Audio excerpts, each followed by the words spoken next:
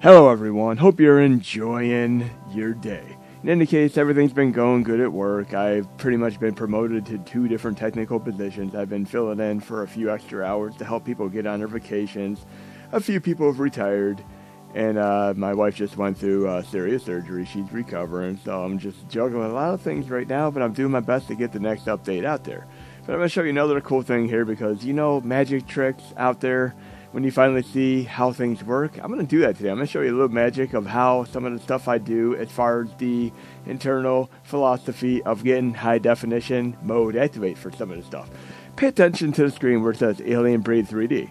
I mean, 3D is really cool. I love my Drag Me to Hell in 3D. I mean, many of you might have started out with like Avatar in 3D, but I like horror movies in 3D, like Final Destination, Drag Me to Hell, and so on.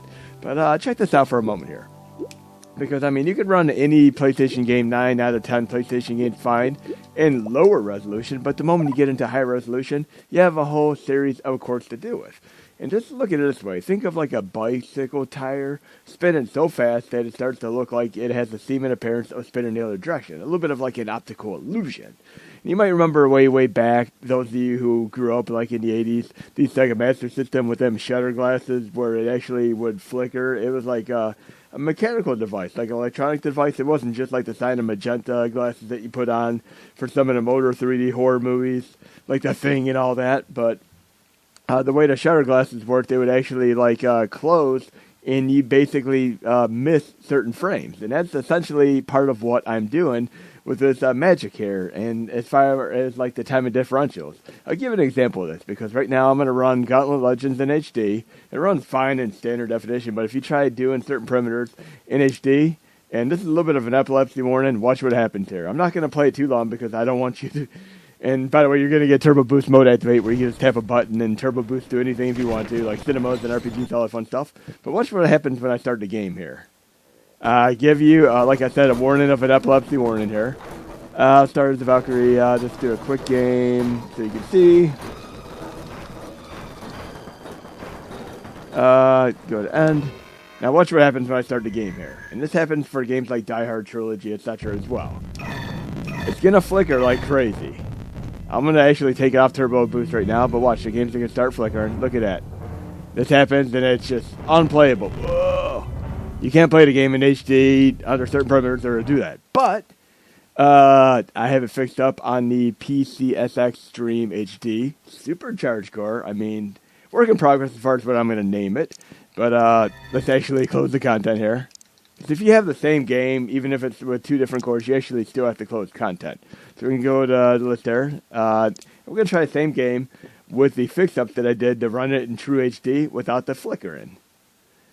And technically, it is there a little bit, but you're not going to see it. And I'm going to give you an example of why. So Turbo Boost into the game, just like before.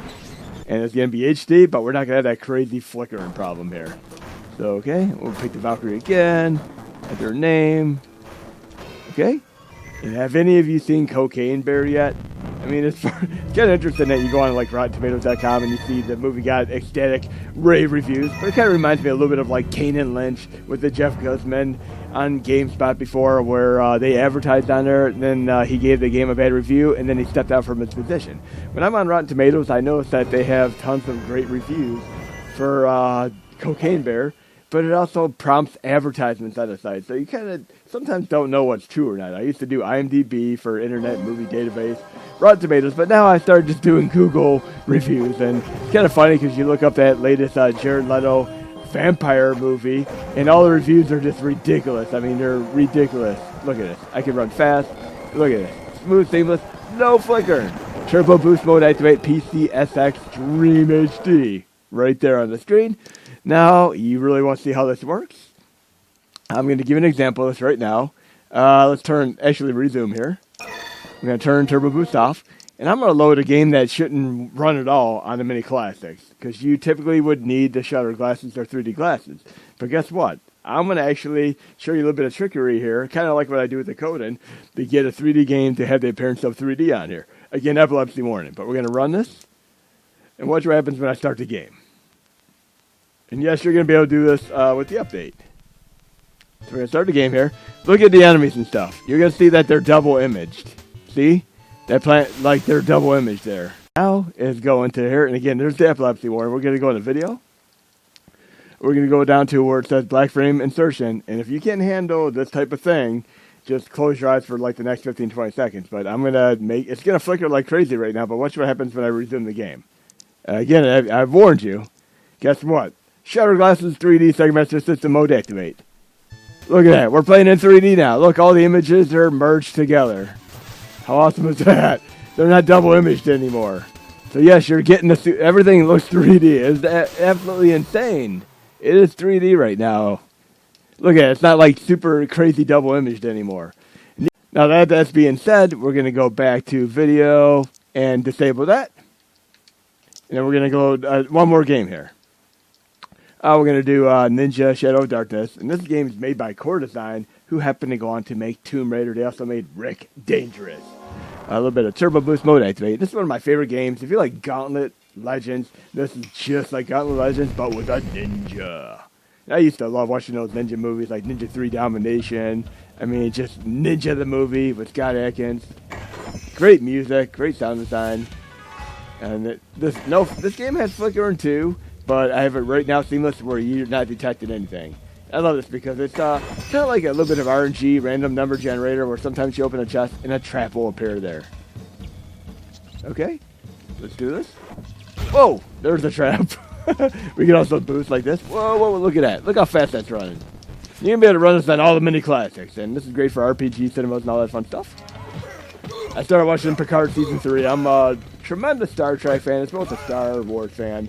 I love Star Trek The Next Generation. It's one of my favorite Star Treks of all time. And spoiler alert, Season 3 is harkening back to the roots of Star Trek Next Generation. A great game, Ninja. And this is going to be the final game in my showcase for this demonstration. Maybe. You can do like some cool moves here. The closest thing I've ever played to this game is honestly like Shaolin Monks, Mortal Kombat. That's my favorite PS2 two-player brawler. Let's see, we can have a trap here. Nope, we're gonna have like a key to get to the next part. But yes, this is very much like a Gauntlet style game. And I'd say it'd probably take about 5 hours to get to this game. It really is an extensive game for the time. I mean, there are many games you can beat in like 20, 30 minutes, maybe an hour or two. But this game takes like a good 5 hours to get through the entire game. It's just a long, badass game. You can also do stuff like this. Check this out. Bam! That's actually not do turbo boost there. I'm gonna do like one of my like ninja dust things. I love in the movies when they do like ninja dust and it shows the guy running away. Check this out. Ninja dust, and I'm gone. Oh, actually, let's try it this way. Ninja dust. There we go. There we go. Ninja dust. Okay. There's like one video on YouTube what Batman really does when he does this little dust thing, and it shows him running away. It's so funny. But in any case, hope you enjoyed the video and get a little bit more of a parlay into understanding how the concepts of this work. I mean, magic, as far as technical science. It is just an awesome, ingenious design, and it works out for the benefit of better performance and speed. Next update, sometime in March. Talk to you again soon.